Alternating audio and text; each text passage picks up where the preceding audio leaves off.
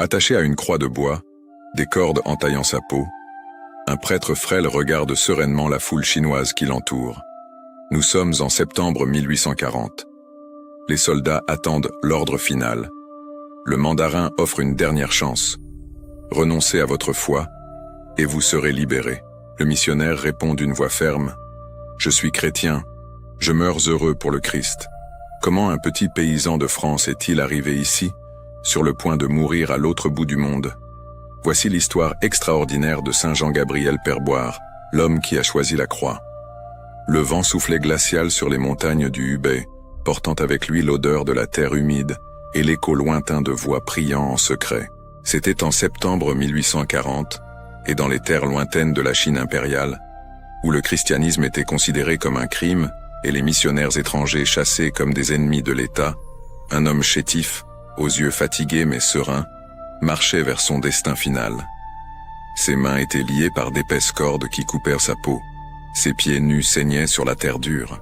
Autour de lui, une foule curieuse et silencieuse regardait cet étranger à la soutane déchirée être conduit au lieu d'exécution. Personne dans cette foule ne pouvait imaginer que cet homme simple, à l'apparence fragile et à la voix douce, avait traversé des mers tumultueuses et des montagnes dangereuses pour apporter un message d'amour à un peuple qui comprenait à peine sa langue.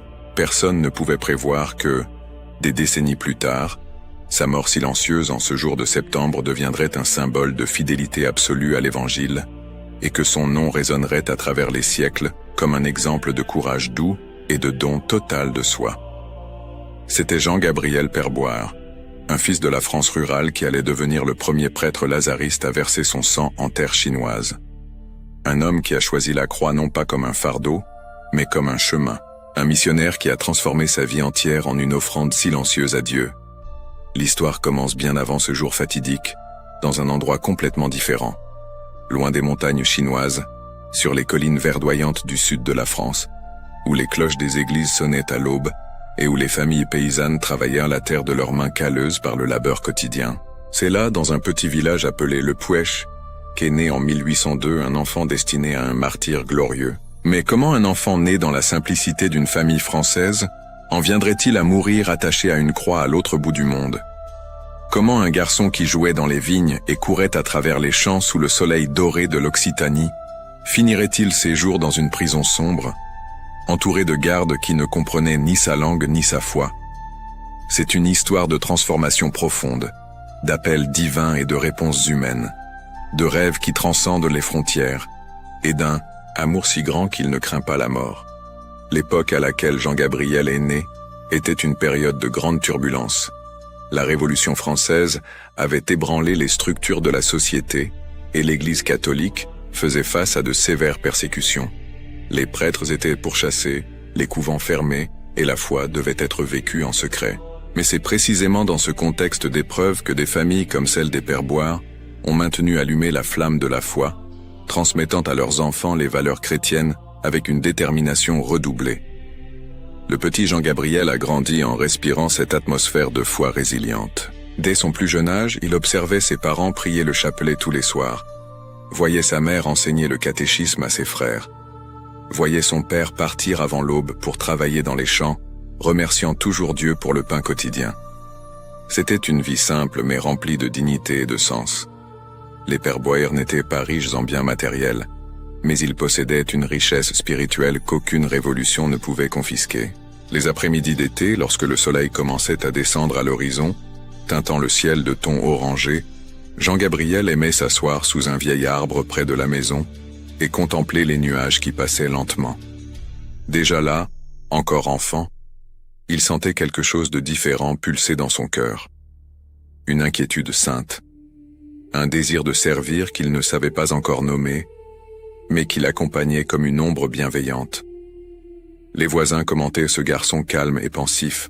Ils disaient qu'il y avait quelque chose de spécial dans son regard, une profondeur inhabituelle pour quelqu'un d'aussi jeune. Lorsqu'il jouait avec les autres garçons, il était toujours le plus gentil, le premier à céder, le dernier à se plaindre. En cas de dispute, c'était lui qui suggérait la paix. Si quelqu'un se blessait, c'était lui qui courait chercher de l'aide. De petits gestes qui révélaient déjà la grandeur d'âme qui se développerait avec les années. La mère de Jean-Gabriel, observant son fils avec les yeux attentifs de celle qui connaît chaque respiration de son enfant, percevait ces signes. Elle priait tous les soirs, demandant à Dieu de guider ce garçon, de le protéger, de le conduire sur le bon chemin. Elle n'aurait jamais pu imaginer jusqu'où ce chemin mènerait son fils. Elle n'aurait jamais rêvé que ce garçon qu'elle berçait dans ses bras finirait ses jours sur une terre si lointaine qu'elle semblait appartenir à un autre monde. Mais Dieu, dans sa sagesse infinie, avait déjà tracé un plan pour Jean-Gabriel Perboire. Un plan qui commencerait sur les collines tranquilles de France, passerait par les couloirs silencieux des séminaires et des maisons de formation, traverserait des océans déchaînés et des déserts arides, et culminerait sur une croix de bois dressée sous le ciel gris de la Chine impériale. Un plan qui transformerait un garçon paysan en un saint reconnu par l'Église universelle. Un plan qui ferait de sa mort une semence de foi qui germerait dans des milliers de cœurs à travers les siècles, tandis que le vent continuait de souffler sur les montagnes du Hubei en ce jour de septembre 1840 et que les gardes préparaient la croix qui recevrait le corps du missionnaire. L'histoire complète de Jean-Gabriel Perboire était sur le point d'atteindre son moment le plus dramatique. Mais pour comprendre pleinement la signification de cet instant suprême, nous devons revenir au début.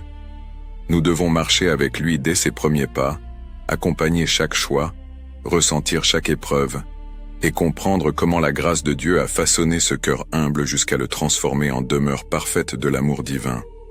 C'est l'histoire d'un homme qui n'a pas cherché la gloire, mais le salut des âmes. D'un missionnaire qui n'a pas cherché le confort, mais la croix. D'un saint qui n'a pas souhaité qu'on se souvienne de lui, mais qui inspire aujourd'hui des millions de personnes par son exemple de fidélité héroïque. Le village du Pouèche se réveillait tôt, au chant des coqs et au tintement lointain des cloches de l'église paroissiale. Les maisons de pierre, avec leurs fenêtres étroites et leurs toits pentus, semblaient s'enlacer les unes les autres sur les pentes douces des collines. C'était un endroit où tout le monde se connaissait, où les familles partageaient joies et peines, où la vie suivait le rythme des saisons et des travaux des champs. Dans la maison des Perboire, une famille nombreuse et pieuse, la routine commençait avant même le lever du soleil. Le père, homme de peu de mots mais au grand cœur, se levait quand le ciel était encore sombre et s'agenouillait brièvement en prière avant de partir pour les champs. La mère allumait le feu de la cheminée, préparait le pain et réunissait les enfants pour la première prière de la journée. C'était une vie de dur labeur, mais aussi d'une profonde paix intérieure. Jean-Gabriel est né le 6 janvier 1802, fête de l'Épiphanie, quand l'Église célèbre la visite des rois mages à l'enfant Jésus. Était-ce un signe prophétique de son destin? Qu'il voyagerait aussi vers des terres lointaines pour adorer le Christ? La mère, tenant ce bébé petit et fragile dans ses bras, n'y pensait certainement pas. Elle pensait seulement à remercier Dieu pour le cadeau de la vie, à protéger cet enfant, à l'élever dans le chemin de la foi. Les premières années de Jean-Gabriel furent marquées par la simplicité et la joie simple des petites choses. Il apprit à marcher en s'accrochant aux jupes de sa mère, fit ses premiers pas en trébuchant parmi les poules de la cour, découvrit le monde avec des yeux écarquillés de curiosité enfantine. Les vignes qui entouraient la propriété devinrent son premier terrain de jeu. Parmi les branches chargées de raisins, il jouait à cache-cache avec ses frères, créait des mondes imaginaires, rêvait éveillé. Mais il y avait quelque chose de différent chez ce garçon. Alors que les autres frères étaient bruyants et agités, Jean-Gabriel préférait les moments de calme. Il aimait observer les fourmis transportant des miettes, suivre le vol des papillons, écouter le chant des oiseaux au crépuscule. Lorsque la famille se réunissait pour le chapelet du soir, c'était lui qui restait le plus attentif, remuant les lèvres en prière, même lorsqu'il ne comprenait pas complètement tous les mots. L'école du village était proche de l'église, une construction modeste où le curé local enseignait les premières lettres aux enfants. Jean-Gabriel se montra un élève dévoué dès le début. Il apprenait vite, avait une mémoire privilégiée pour les textes et les passages bibliques, et montrait un intérêt particulier pour les histoires des saints et des martyrs. Lorsque le prêtre racontait l'histoire des premiers chrétiens morts pour leur foi, les yeux du garçon brillaient d'un mélange d'admiration et de quelque chose de plus profond, quelque chose qu'il ne parvenait pas encore à nommer lui-même. Les dimanches étaient spéciaux dans la vie de la famille Perboire. Tous s'habillaient de leurs meilleurs vêtements, bien que simples, et marchaient ensemble jusqu'à l'église. Jean-Gabriel adorait ce moment. L'odeur de l'encens, la lumière filtrée par les vitraux colorés, les cantiques en latin qui résonnaient contre les murs de pierre ancienne, tout cela le transportait dans une dimension différente. Là, agenouillé sur les bancs de bois usés par le temps, il se sentait chez lui d'une manière qu'il n'expérimentait nulle part ailleurs. En grandissant, Jean-Gabriel commença à aider son père aux travaux des champs. Il apprit la taille des vignes, le soin des récoltes, la dureté du travail sous le soleil brûlant de l'été. Ses mains, autrefois douces et petites, commencèrent à gagner leur premier cal. Mais même là, parmi les tâches quotidiennes, son esprit vagabondait vers des questions spirituelles.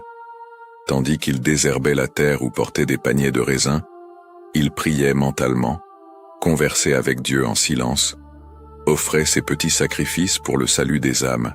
La mère observait tout cela avec un mélange de joie et de pressentiment. Elle connaissait bien ce fils calme et pieux. Elle sentait que Dieu avait des plans spéciaux pour lui. Un soir, après que tout le monde se fut retiré pour dormir, elle resta éveillée devant la cheminée presque éteinte, les mains jointes en prière. Elle versa quelques larmes silencieuses, non de tristesse, mais d'offrande. Si Dieu voulait prendre son fils pour le sacerdoce, elle ne s'y opposerait pas. Mais son cœur de mère devinait déjà que ce chemin apporterait des épreuves. Lorsque Jean-Gabriel eut 10 ans, un épisode marqua profondément sa trajectoire. Un missionnaire itinérant visita la paroisse, un homme qui avait passé des années à évangéliser dans des terres lointaines, et revenait maintenant chercher de nouvelles vocations. Lors d'une prédication enflammée, il parla de la nécessité de porter l'Évangile aux confins de la terre, des millions d'âmes qui ne connaissaient pas encore le Christ, de l'urgence de répondre à l'appel divin. Jean-Gabriel entendit ces mots comme s'ils lui étaient adressés spécialement. Son cœur s'accéléra, ses mains tremblèrent légèrement. Pour la première fois, il comprit clairement ce que Dieu lui demandait. Non seulement être prêtre, mais être missionnaire. Non seulement servir sur sa terre natale, mais partir vers des lieux inconnus. La graine était plantée, et avec le temps elle germerait en une vocation ardente et irrépressible. Dans les mois suivants, le garçon devint encore plus recueilli et dévoué à la prière. Il se levait plus tôt pour prier avant les tâches quotidiennes. Le soir, quand tous dormaient déjà, il restait éveillé à lire des vies de saints à la lumière d'une bougie. Saint François Xavier, qui avait évangélisé l'Orient, devint son héros particulier. Il rêvait de suivre ses traces, de traverser les océans, d'apporter le Christ aux terres païennes. Le curé local, percevant les signes de vocation chez ce garçon exceptionnel, parla aux parents de la possibilité de l'envoyer au petit séminaire. La décision ne fut pas facile. La famille était pauvre et avait besoin des bras de Jean-Gabriel pour les travaux des champs. De plus, cela signifiait se séparer de lui, l'envoyer au loin. Mais la foi des pères Boyer était trop profonde pour refuser à Dieu ce qu'il demandait clairement. Ainsi, à 12 ans, Jean-Gabriel prépara son petit baluchon et fit ses adieux à sa famille. La mère l'étreignit longuement, mouillant ses cheveux de larmes silencieuses. Le père posa la main sur sa tête en une bénédiction muette. Les frères restèrent autour, sans trop savoir quoi dire. Ce départ, bien que pour un séminaire proche, préfigurait d'autres départs, d'autres adieux, jusqu'à celui définitif, qui aurait lieu des décennies plus tard, à l'autre bout du monde. Le petit séminaire de Montauban était un bâtiment austère en pierre grise, au couloir long et silencieux, où les pas des séminaristes résonnaient avec douceur. Il y avait quelque chose de sacré dans ces espaces de formation, où des jeunes de toute la région étaient préparés au sacerdoce. Les hautes fenêtres laissaient entrer une lumière diffuse qui éclairait les bancs de la chapelle, les pupitres des salles de classe, les gros livres des bibliothèques. Jean-Gabriel s'adapta rapidement à cette routine disciplinée. Réveil au son de la cloche dans l'obscurité de l'aube, prière matinale dans la chapelle froide, messe quotidienne suivie d'un petit déjeuner frugal, cours de latin, grec, théologie, philosophie, moments d'études silencieuses, travaux manuels, chapelet communautaire, examen de conscience avant de dormir. C'était une vie réglée, exigeante, qui forgeait le caractère et purifiait l'âme. Parmi tous les séminaristes, Jean-Gabriel se distinguait par la douceur de son tempérament. Il ne s'impliquait jamais dans les disputes. Lorsqu'il y avait des divergences entre collègues, c'était lui qui apaisait les esprits avec des mots gentils. Quand quelqu'un était malade ou triste, c'était lui qui s'approchait pour offrir du réconfort. Sa présence avait quelque chose de pacificateur, comme s'il portait avec lui une sérénité venue du plus profond de lui-même. Les professeurs remarquaient son intelligence privilégiée, mais aussi son humilité. Jean-Gabriel apprenait avec facilité, maîtrisait les textes classiques, comprenait les subtilités théologiques, mais ne s'en vantait jamais. Lorsqu'on le félicitait, il baissait les yeux avec une modestie authentique. Lorsqu'on l'interrogeait en classe, il répondait avec clarté mais sans pédanterie. Il était évident qu'il cherchait la connaissance non pour briller, mais pour mieux servir. Les lettres qu'il écrivait à la maison révélaient la profondeur de sa vie intérieure. Il racontait ses études, les amis qu'il se faisait, mais surtout son intimité croissante avec Dieu.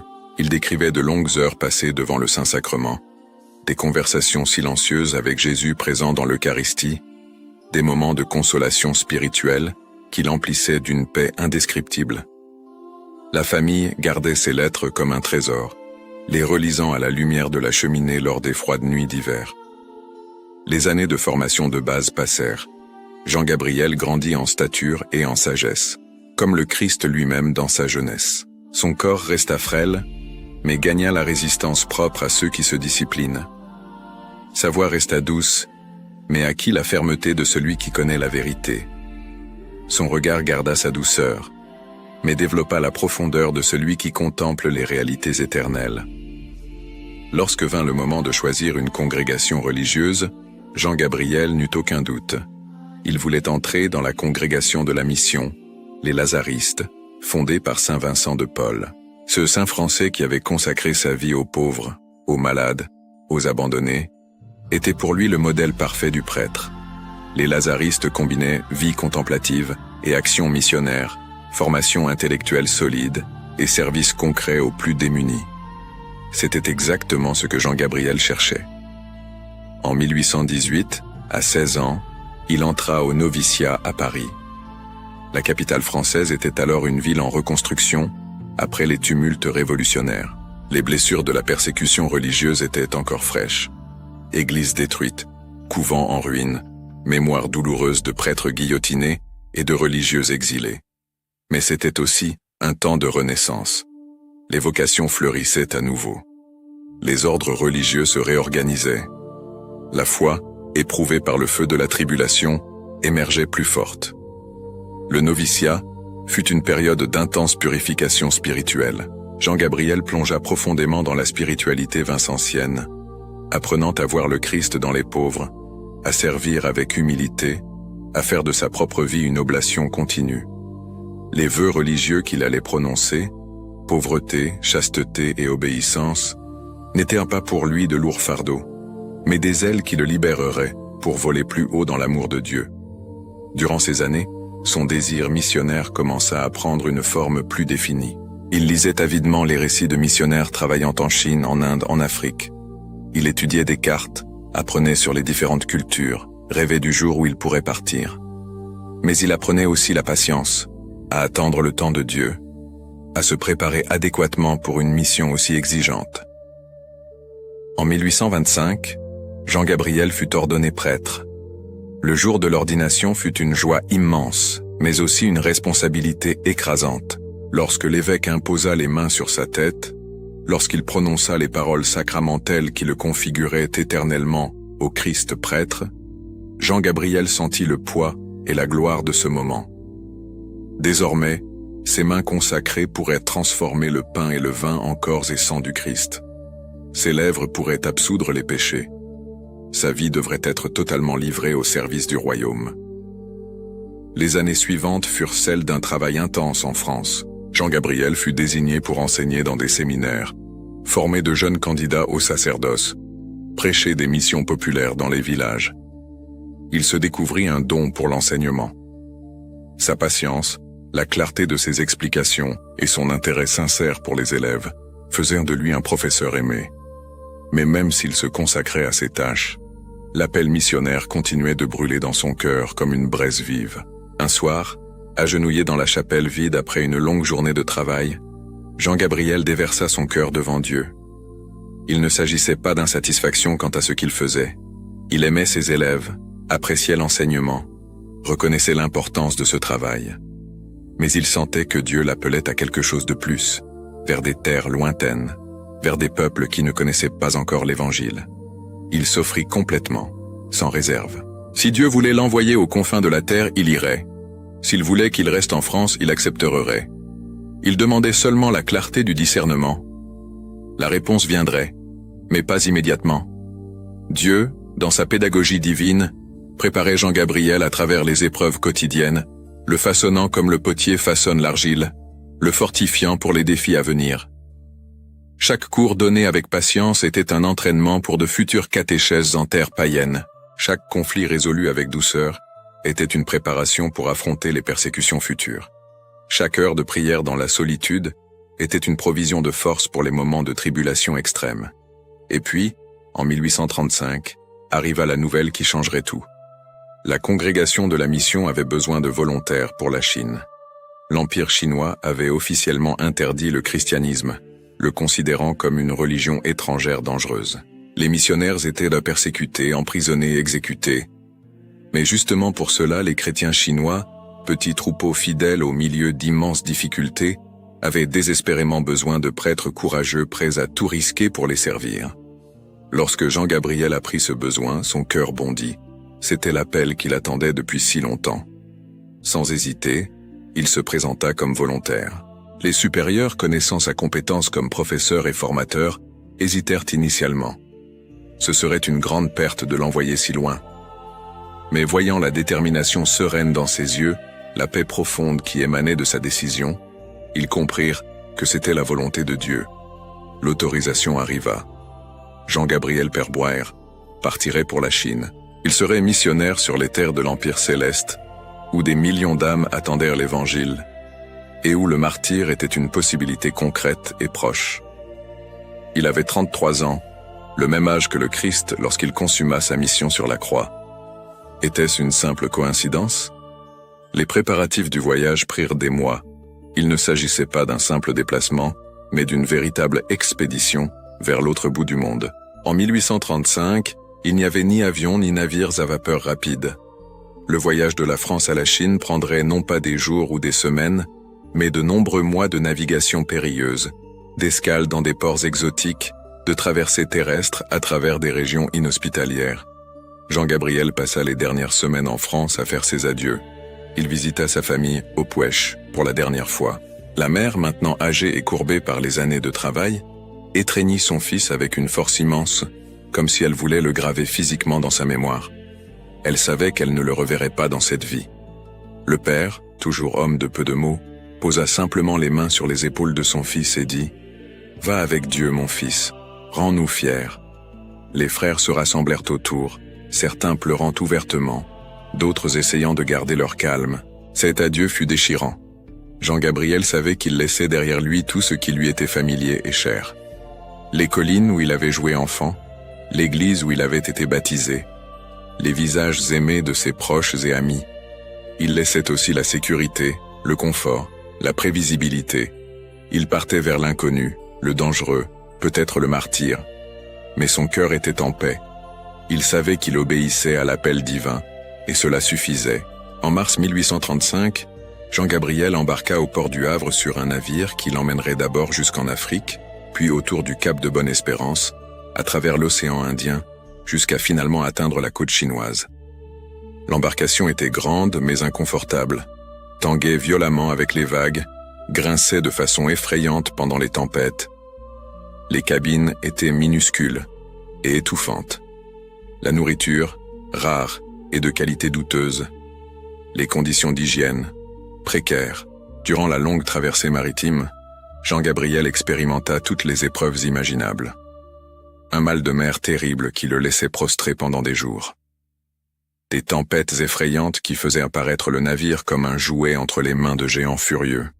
Des maladies tropicales qui attaquèrent l'équipage. Une solitude profonde dans les moments de calme plat, quand le navire flottait immobile sous un ciel infini et une mer sans fin. Mais il vécut aussi des moments de consolation extraordinaires. Des couchers de soleil spectaculaires qui peignaient l'horizon de couleurs impossibles. Des nuits étoilées d'une beauté étourdissante, quand la Voie lactée s'étendait comme un pont de lumière traversant les cieux. Des aubes silencieuses où l'océan semblait être un miroir reflétant la gloire de la création.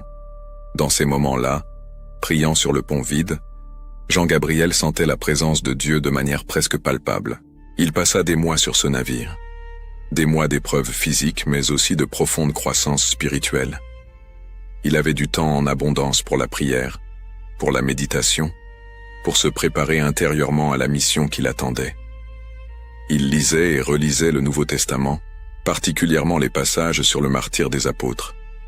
Il méditait longuement sur la passion du Christ, s'identifiant de plus en plus profondément au Maître qui donna sa vie par amour. Finalement, après des mois de navigation, le navire atteignit Macao, petite enclave portugaise sur la côte de la Chine. C'était en août 1835. Jean-Gabriel posa le pied sur le sol chinois, le cœur battant d'émotion et d'attente. Il était maintenant sur les terres pour lesquelles il avait tant prié, parmi le peuple qu'il désirait servir. Mais il était aussi en territoire hostile, où sa présence en tant que missionnaire catholique était un crime passible de prison ou de mort. De Macao, il dut voyager discrètement jusqu'à la province du Hubei, à l'intérieur de la Chine, où la congrégation de la mission maintenait un travail clandestin. Le voyage par terre fut encore plus éprouvant que la traversée maritime. Il suivit des chemins de montagne étroits et dangereux. Il traversa des rivières tumultueuses sur des radeaux précaires. Il passa par des villages où l'on n'avait jamais vu un Européen. Il affronta le froid intense en altitude, la chaleur étouffante dans les vallées, des pluies torrentielles qui transformaient les routes en bourbiers infranchissables. Durant tout ce périple, il devait rester caché. Il voyageait déguisé, évitant d'attirer l'attention, se déplaçant principalement la nuit. Les chrétiens chinois qui l'accompagnaient risquaient leur propre vie pour le protéger. S'ils étaient découverts en train d'héberger un missionnaire étranger, ils feraient face à des punitions sévères. Mais leur foi et leur dévouement étaient émouvants. Jean-Gabriel fut profondément impressionné par ces chrétiens chinois. Ils affrontaient une persécution constante. Ils ne pouvaient pas professer leur foi ouvertement. Ils se réunissaient en secret pour célébrer les sacrements. Ils risquaient tout juste pour rester fidèles à l'Évangile. Leur humble courage était inspirant. Le missionnaire français comprit qu'il ne venait pas seulement pour enseigner, mais aussi pour apprendre de ses frères dans la foi, qui donnaient un témoignage héroïque dans des circonstances si adverses. Après des semaines de voyage périlleux, Jean-Gabriel atteignit enfin la région où il allait œuvrer. C'était une zone montagneuse, isolée, où des communautés chrétiennes dispersées vivaient dans des villages reculés. Le missionnaire qui le reçut, un prêtre chinois d'un âge avancé, l'étreignit les larmes aux yeux. Cela faisait des années qu'il n'avait pas vu un autre prêtre. La solitude de la mission était écrasante. Avoir un compagnon, même étranger, était une bénédiction inestimable.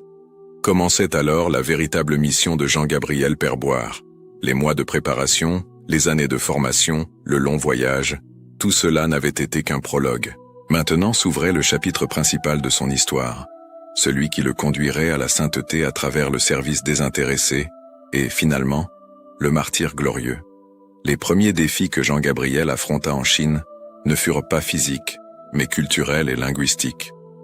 La langue chinoise, avec ses tons complexes et ses caractères intrigués, semblait initialement impossible à maîtriser. Mais le missionnaire se consacra à l'étude avec la même détermination qu'il avait appliquée aux études théologiques des années auparavant.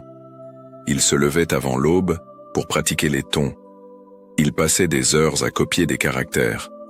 Il conversait inlassablement avec les chrétiens locaux, demandant de la patience alors qu'il trébuchait sur les mots. Lentement, miraculeusement, il commença à faire des progrès. D'abord, il réussit à dire des phrases simples. Ensuite, il put entendre des confessions et comprendre les pénitences confessées. Finalement, il devint capable de prêcher, bien qu'avec un accent marqué et des constructions grammaticales imparfaites. Les fidèles chinois appréciaient son effort. Ils voyaient en lui non pas un étranger arrogant imposant sa culture, mais un frère humble qui s'efforçait sincèrement de les connaître et de les servir. Jean-Gabriel adopta aussi les coutumes locales autant que possible. Il s'habillait comme les Chinois, portant de longues tuniques et des chapeaux traditionnels. Il apprit à manger avec des baguettes, à apprécier le thé vert, à s'incliner en salutations respectueuses. Ces adaptations n'étaient pas superficielles. Elles reflétaient son désir profond d'incarner l'Évangile dans cette culture, de se faire chinois avec les Chinois pour gagner des âmes au Christ. La vie missionnaire dans la province du Hubei était extraordinairement difficile. Les communautés chrétiennes étaient éparpillées sur une vaste région montagneuse. Pour toutes les visiter, Jean-Gabriel devait voyager constamment. Il marchait des jours entiers sur des sentiers escarpés, portant sur son dos un petit sac avec le nécessaire pour célébrer la messe. Calice, hostie, vin, ornements sacrés. Il dormait là où la nuit le trouvait, parfois chez des chrétiens, parfois dans des grottes, parfois à la belle étoile. Les voyages étaient dangereux, non seulement à cause de la géographie accidentée, mais par la menace constante de capture. Les officiers du gouvernement cherchaient activement les missionnaires étrangers. Il y avait des récompenses offertes pour des informations sur les prêtres catholiques. Chaque village que Jean-Gabriel visitait représentait un risque potentiel. Chaque personne avec qui il conversait pouvait être un délateur. Il vivait dans un état de vigilance constante, toujours prêt à fuir ou à se cacher. Mais malgré tous les dangers, le missionnaire expérimentait une joie profonde dans son ministère. Lorsqu'il arrivait dans un village reculé, où les chrétiens n'avaient pas vu de prêtre depuis des mois ou des années, il était reçu avec une joie indescriptible. Des familles entières s'agenouillaient pour recevoir sa bénédiction. Des jeunes présentèrent des enfants pour être baptisés. Des pécheurs qui portaient des culpabilités depuis des années se confessaient avec des larmes de soulagement. Des couples régularisèrent leurs unions. Des malades recevaient l'onction des malades. Tous participaient à la messe avec une dévotion émouvante. Jean-Gabriel était particulièrement touché par la foi des pauvres. Des paysans qui ne possédaient presque rien offraient le peu qu'ils avaient pour le missionnaire. Un bol de riz, quelques œufs, une place pour dormir sur le sol dur de leurs humbles cabanes. Ils refusaient d'accepter un nom du prêtre. Ils insistaient pour partager, même quand cela signifiait se priver du nécessaire. Cette générosité humble faisait déborder le cœur de Jean-Gabriel de gratitude. Le travail auprès des enfants et des orphelins devint un point central de sa mission. Suivant l'esprit de Saint Vincent de Paul, Jean-Gabriel cherchait spécialement les petits abandonnés, les malades, les marginaux. Il établit de petits orphelinats clandestins où les enfants rejetés trouvaient abri et soins. Il visitait les malades, apportant non seulement les sacrements, mais aussi des médicaments simples et des paroles de réconfort. Ces gestes de charité concrète donnaient de la crédibilité au message qu'il prêchait. Les années passaient. Jean-Gabriel vieillissait avant l'heure à cause de la dureté de la vie missionnaire. Son corps frêle devenait encore plus maigre avec l'alimentation précaire et l'effort constant. Sa peau bronzée par le soleil des montagnes commençait à se marquer de rides profondes. Ses cheveux gagnaient des fils blancs prématurés. Mais ses yeux gardaient l'éclat serein de celui qui vit en intime communion avec Dieu. Il maintenait une correspondance sporadique avec la France, envoyant des lettres qui mettaient des mois à arriver à destination. Il y racontait la mission, les défis et les joies, mais demandait surtout des prières. Il savait que son travail dépendait essentiellement de la grâce divine. Sans prière, sans sacrifice, sans l'intercession des frères lointains, il ne pourrait rien réaliser. Son humilité l'empêchait de se voir comme un héros. Il se voyait seulement comme un instrument fragile entre les mains de Dieu. Dans ses lettres à la maison, il ne mentionnait jamais les dangers qu'il affrontait. Il ne voulait pas inquiéter sa famille. Mais dans les lettres aux supérieurs de la congrégation, il était plus transparent. Il décrivait la situation politique se détériorant, les persécutions s'intensifiant, l'étau se resserrant graduellement autour des missionnaires. Il savait que c'était une question de temps avant que quelque chose n'arrive. Il se préparait spirituellement à cette éventualité, offrant chaque jour à Dieu comme si c'était le dernier. Pendant tout ce temps, il maintenait une vie d'intense prière personnelle. Même avec l'agenda épuisant de voyages et de ministères, il réservait de longues heures à la contemplation silencieuse. Il se levait au milieu de la nuit pour prier quand tout le monde dormait. Il jeûnait régulièrement. Il faisait des pénitences corporelles modérées. Il cherchait constamment une union plus profonde avec le Christ. Il savait que sans cette racine profonde en Dieu, il ne pourrait pas tenir dans les épreuves qui viendraient. et les épreuves viendraient plus tôt qu'il ne l'espérait. En 1839, la situation politique en Chine s'aggrava dramatiquement. Le gouvernement impérial lança une nouvelle campagne de persécution contre les chrétiens. Des édits furent publiés ordonnant l'arrestation de tous les missionnaires étrangers. Des récompenses généreuses furent offertes à qui dénoncerait des prêtres catholiques. Le réseau de surveillance s'intensifia. Le cercle se rétrécissait inexorablement. Jean-Gabriel savait que ses jours de liberté étaient comptés. Mais au lieu de fuir ou de se cacher complètement, il continua son ministère. Les chrétiens avaient besoin des sacrements. Les malades avaient besoin de visites. Les catéchumènes avaient besoin d'instruction. Comment pourrait-il les abandonner justement quand ils avaient le plus besoin de lui? Il continua à voyager, prêcher, confesser, célébrer la messe, conscient que chaque action pourrait être la dernière. C'est alors qu'eut lieu la trahison qui allait tout changer. L'automne 1839 arriva avec des vents froids descendant des montagnes, apportant le présage des difficultés qui approchaient. Jean-Gabriel était alors dans un petit village appelé Chayuenkeu, une région reculée où il exerçait son ministère depuis des semaines. Il avait baptisé plusieurs enfants, entendu des dizaines de confessions, célébré la messe dans des maisons cachées. Les chrétiens locaux étaient radieux de la présence prolongée du prêtre, ce luxe rare en temps de persécution. Parmi ceux qui l'assistaient, se trouvait un jeune catéchiste, un homme qui aidait le missionnaire avec les traductions et qui connaissait bien la région. Jean-Gabriel lui faisait confiance. Ils avaient travaillé ensemble pendant des mois. Le catéchiste semblait dévoué, sincère, mais le cœur humain est un mystère profond, et même parmi les disciples du Christ, il y eut un Judas. Les autorités locales intensifièrent la recherche du prêtre étranger qui, selon les rapports, circulait dans la région. Elles offrirent une récompense substantielle pour des informations. Plus que cela, elles menacèrent de punir sévèrement toute communauté qui hébergerait des missionnaires. La peur commença à se répandre parmi les chrétiens. Certains restèrent fermes, prêts à tout risquer. D'autres vacillèrent. Le jeune catéchiste fut abordé par des officiers. Ils lui firent des promesses d'argent et de sécurité. Ils le menacèrent de prison et de torture s'il ne coopérait pas. Face à la pression, son courage céda. Il révéla où Jean-Gabriel était caché. Il fournit des détails sur ses mouvements. Il devint traître à la cause qu'il professait servir.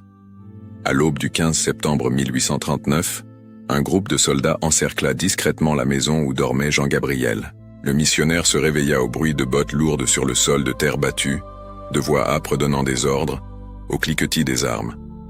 Il comprit immédiatement ce qui se passait. Il n'essaya pas de fuir. Il ne résista pas. Il se leva calmement, s'habilla avec dignité et se livra aux soldats. Lorsqu'ils l'emmenèrent menotté hors de la maison, les chrétiens du village qui assistaient à la scène commencèrent à pleurer. Certains tentèrent de s'approcher, mais furent brutalement repoussés par les gardes. Jean-Gabriel se tourna vers eux et d'une voix étonnamment ferme malgré la situation, dit en chinois « Ne pleurez pas pour moi, priez, restez fermes dans la foi, Dieu est avec nous. » Ce furent ses dernières paroles libres pour ce troupeau qu'il avait tant aimé. Le voyage jusqu'à la prison principale fut un chemin de croix anticipé. Attaché avec d'épaisses cordes qui coupèrent ses poignets, Jean-Gabriel fut forcé de marcher de longues distances sous un soleil de plomb. Lorsqu'il trébuchait de fatigue, il était traîné au sol. Lorsqu'il demandait de l'eau, il était ignoré ou moqué. Les soldats s'amusaient à humilier le prisonnier étranger, le poussant, lui crachant dessus, se moquant de sa dignité sacerdotale. Mais durant tout ce calvaire, Jean-Gabriel maintint une sérénité extraordinaire. Il ne maudit pas ses ravisseurs, il ne se plaignit pas de son sort. Il offrit chaque souffrance en silence, s'unissant spirituellement au Christ qui avait aussi été arrêté, lié, traîné, humilié. Ses lèvres bougeaient en prière constante. Ses yeux, bien que marqués par la douleur physique, brillaient d'une paix intérieure qui transcendait les circonstances. En atteignant la ville de Gusheng, où se trouvait la prison provinciale, Jean-Gabriel fut présenté au mandarin local, un officier de haut rang responsable d'interroger les criminels politiques et religieux. Le mandarin observa avec curiosité ce prêtre étranger chétif, sali par la poussière de la route, marqué par des blessures récentes, mais qui gardait une posture étrangement digne. L'interrogatoire commença formellement. Par l'intermédiaire d'un interprète, le mandarin posa les questions d'usage. Nom, nationalité, motif de sa présence en Chine, activité réalisée. Jean-Gabriel répondit avec une honnêteté calme. Oui, il était prêtre catholique français. Oui, il était venu en Chine pour prêcher l'Évangile. Oui, il savait que c'était interdit. Non, il ne renierait pas sa foi. Non, il ne cesserait pas de prêcher le Christ. La franchise de ces réponses surprit l'interrogateur. La plupart des prisonniers tentèrent de mentir, de dissimuler, de chercher des échappatoires. Cet étranger admettait tout ouvertement, sans peur apparente des conséquences. Le mandarin, intrigué, posa des questions sur la religion chrétienne. Qu'enseignait-elle? Pourquoi était-elle considérée comme dangereuse? Pourquoi Jean-Gabriel avait-il tout risqué pour la prêcher? Le missionnaire profita de l'occasion pour témoigner. Il expliqua, avec l'aide hésitante de l'interprète, les principes de base de la foi chrétienne. Il parla de Dieu qui est un Père aimant, du Christ qui est mort et ressuscité pour sauver l'humanité, de l'appel universel à la sainteté et à l'amour fraternel. Ces mots étaient simples mais chargés d'une conviction profonde.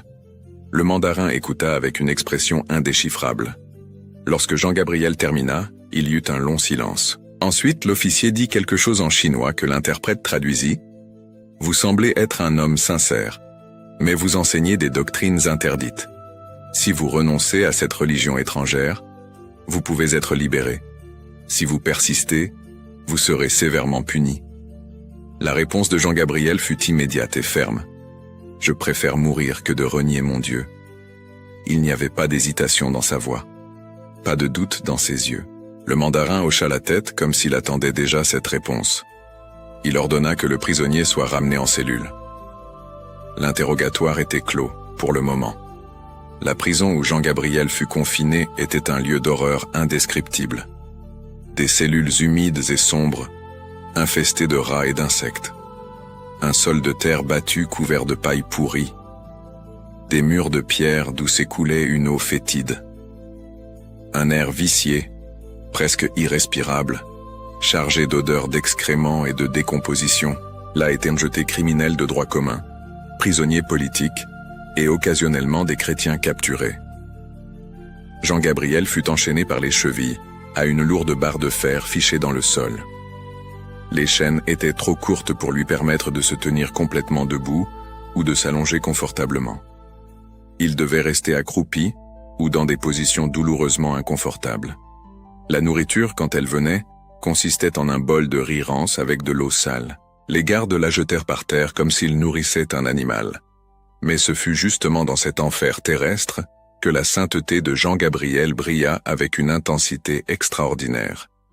Au lieu de sombrer dans le désespoir ou l'amertume, il transforma la cellule en monastère. Il priait sans cesse. Quand il ne pouvait pas s'agenouiller à cause des chaînes, il priait assis. Quand la douleur était trop intense pour se concentrer sur des mots, il offrait la souffrance comme une prière silencieuse. D'autres prisonniers dans la même cellule l'ignorèrent ou se moquèrent de lui au début. Ils voyaient cet étranger bizarre murmurant dans une langue incompréhensible, faisant des gestes qui ressemblaient à des rituels mystiques. Mais petit à petit, la présence de Jean-Gabriel commença à affecter l'atmosphère de la prison. Sa sérénité au milieu de la souffrance était troublante. Sa gentillesse envers tous, même envers les gardes brutaux, était déconcertante. Sa paix intérieure était contagieuse. L'un des prisonniers, un homme condamné pour vol et marqué par une vie violente, s'approcha un jour et demanda dans un chinois rustique « Pourquoi ne pleures-tu pas? Pourquoi ne maudis-tu pas? Pourquoi n'essaies-tu pas de corrompre les gardes pour t'échapper ?» Jean-Gabriel, rassemblant ses forces et son chinois limité, répondit « Parce que le Christ est avec moi. Il a souffert plus que moi. S'il a pu pardonner sur la croix, je peux aussi pardonner ici. » Cette conversation marqua le début d'une transformation remarquable. Le prisonnier endurci commença à poser des questions sur la foi chrétienne. D'autres se joignirent à lui, curieux. Jean-Gabriel, oubliant temporairement sa propre douleur, leur enseigna Dieu. Il parla de la miséricorde divine, de la possibilité de rédemption même pour les pires pécheurs, de l'amour qui transcende toutes les failles humaines. Certains de ces hommes, criminels endurcis qui semblaient perdus sans espoir, pleurèrent en entendant pour la première fois de leur vie qu'ils étaient aimés de Dieu. Jean-Gabriel baptisa secrètement plusieurs d'entre eux, utilisant l'eau fétide de la prison, la rendant sacrée par le pouvoir du sacrement. Ces baptêmes clandestins, réalisés dans les ténèbres d'un cachot chinois, furent parmi les plus beaux fruits de sa mission. Pendant ce temps, les interrogatoires continuaient avec une régularité cruelle. Jean-Gabriel était périodiquement traîné devant le mandarin et pressé de renoncer à la foi chrétienne. Lorsqu'il refusait, il était torturé. Les méthodes variaient avec une créativité diabolique. Bastonnades avec des bambous qui laissèrent le dos à vif, privation d'eau pendant des jours, position forcée très douloureuse maintenue pendant des heures, brûlures avec des braises. La douleur physique était presque insupportable. Jean-Gabriel, humain dans sa fragilité, gémissait et suait sous la torture. Mais il ne maudit jamais, ne blasphéma jamais, ne céda jamais. Entre des cris involontaires de douleur, il murmurait des noms sacrés. Jésus, Marie, Jésus, Marie.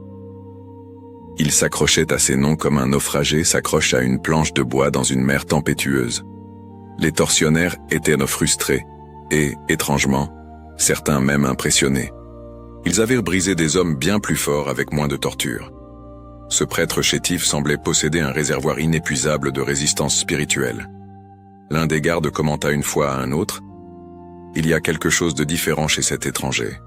Soit il est fou, soit sa religion possède un pouvoir que nous ne comprenons pas. » Après chaque séance de torture, Jean-Gabriel était ramené dans sa cellule, saignant, tremblant, parvenant à peine à respirer. Les compagnons de prison, qui au début le voyaient avec indifférence, prenaient maintenant soin de lui comme ils pouvaient. Ils partageaient le peu d'eau qu'ils avaient pour laver ses plaies. Ils offraient des chiffons pour bander les lésions. Ils s'assoyaient à ses côtés durant les longues nuits, offrant une présence solidaire quand les mots manquaient. Dans l'un de ces moments, alors que la douleur était particulièrement intense et que la fièvre causée par les infections commençait à le consumer, Jean-Gabriel eut quelque chose comme une vision mystique. Il vit le Christ crucifié le regardant avec une tendresse infinie. Il entendit une voix douce dire « Heureux ceux qui sont persécutés pour la justice. Réjouis-toi car ta récompense est grande dans les cieux. » L'expérience ne dura que quelques instants, mais l'emplit d'une paix indescriptible qui demeura même après que la vision se fût évanouie. Fortifié par cette consolation spirituelle, Jean-Gabriel continua son témoignage en prison. Il priait pour les gardes qui le torturaient. Il bénissait les officiers qui ordonnaient sa souffrance. Il pardonnait aux catéchistes qui l'avaient trahi.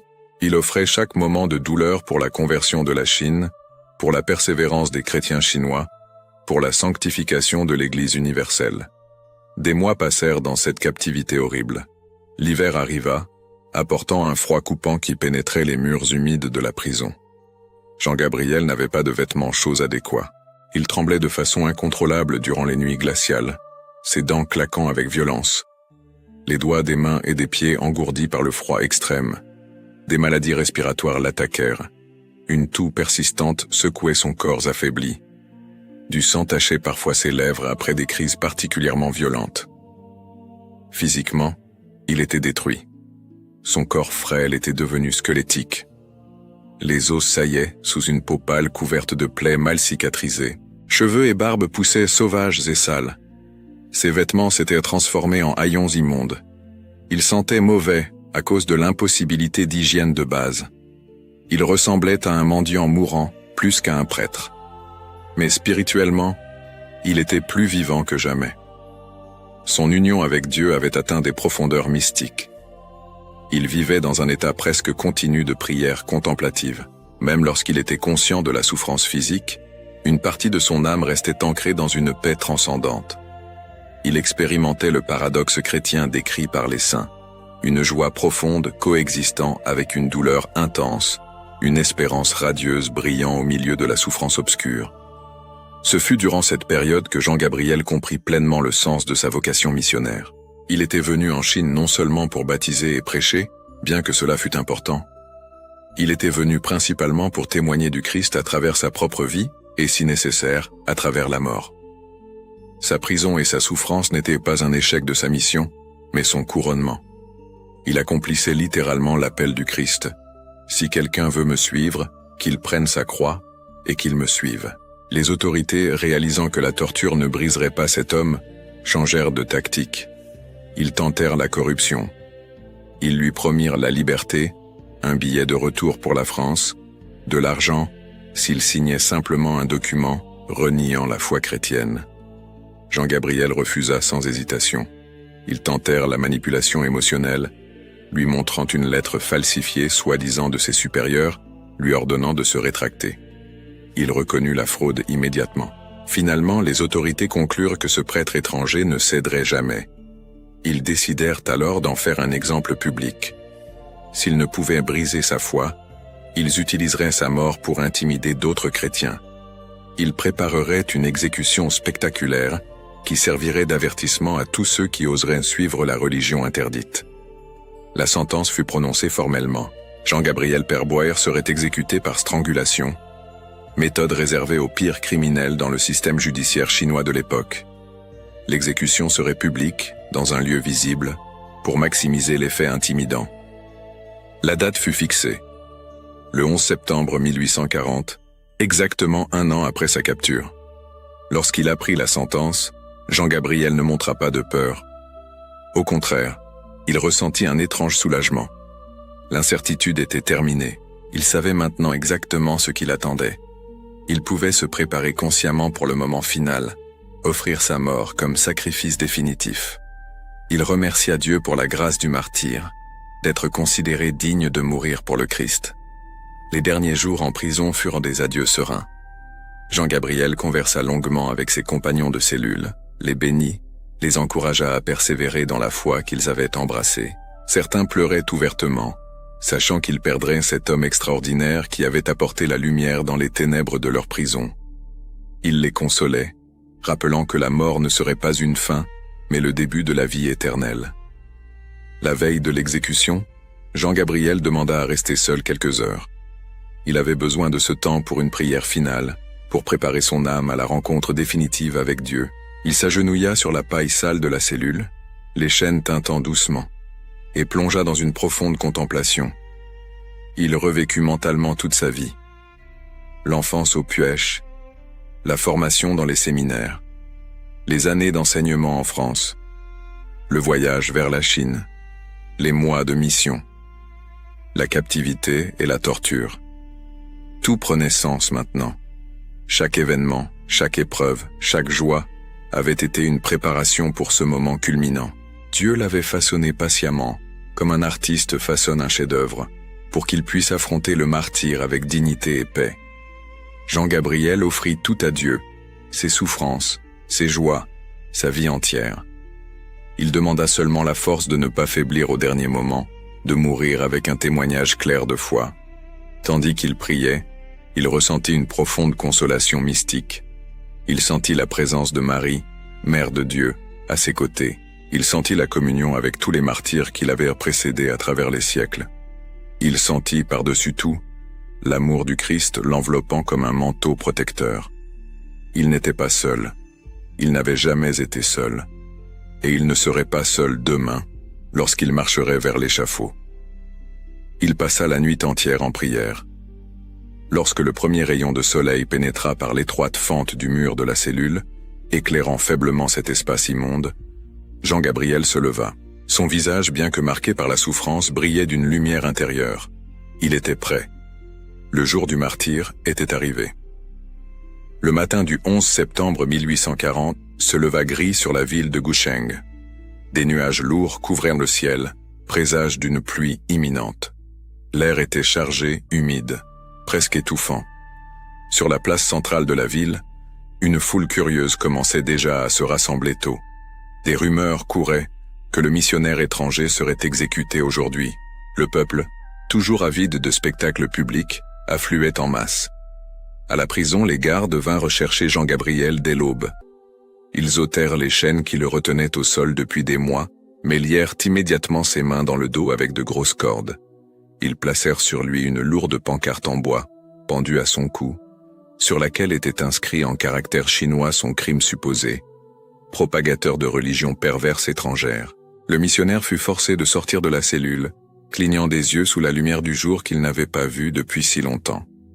Ses yeux, habitué à la pénombre de la prison, brûlait sous l'éclat soudain. Ses pas étaient chancelants, après des mois d'immobilisation relative. Les gardes le poussaient impitoyablement, le pressant. Une procession macabre se forma. Des gardes armés encerclaient le condamné.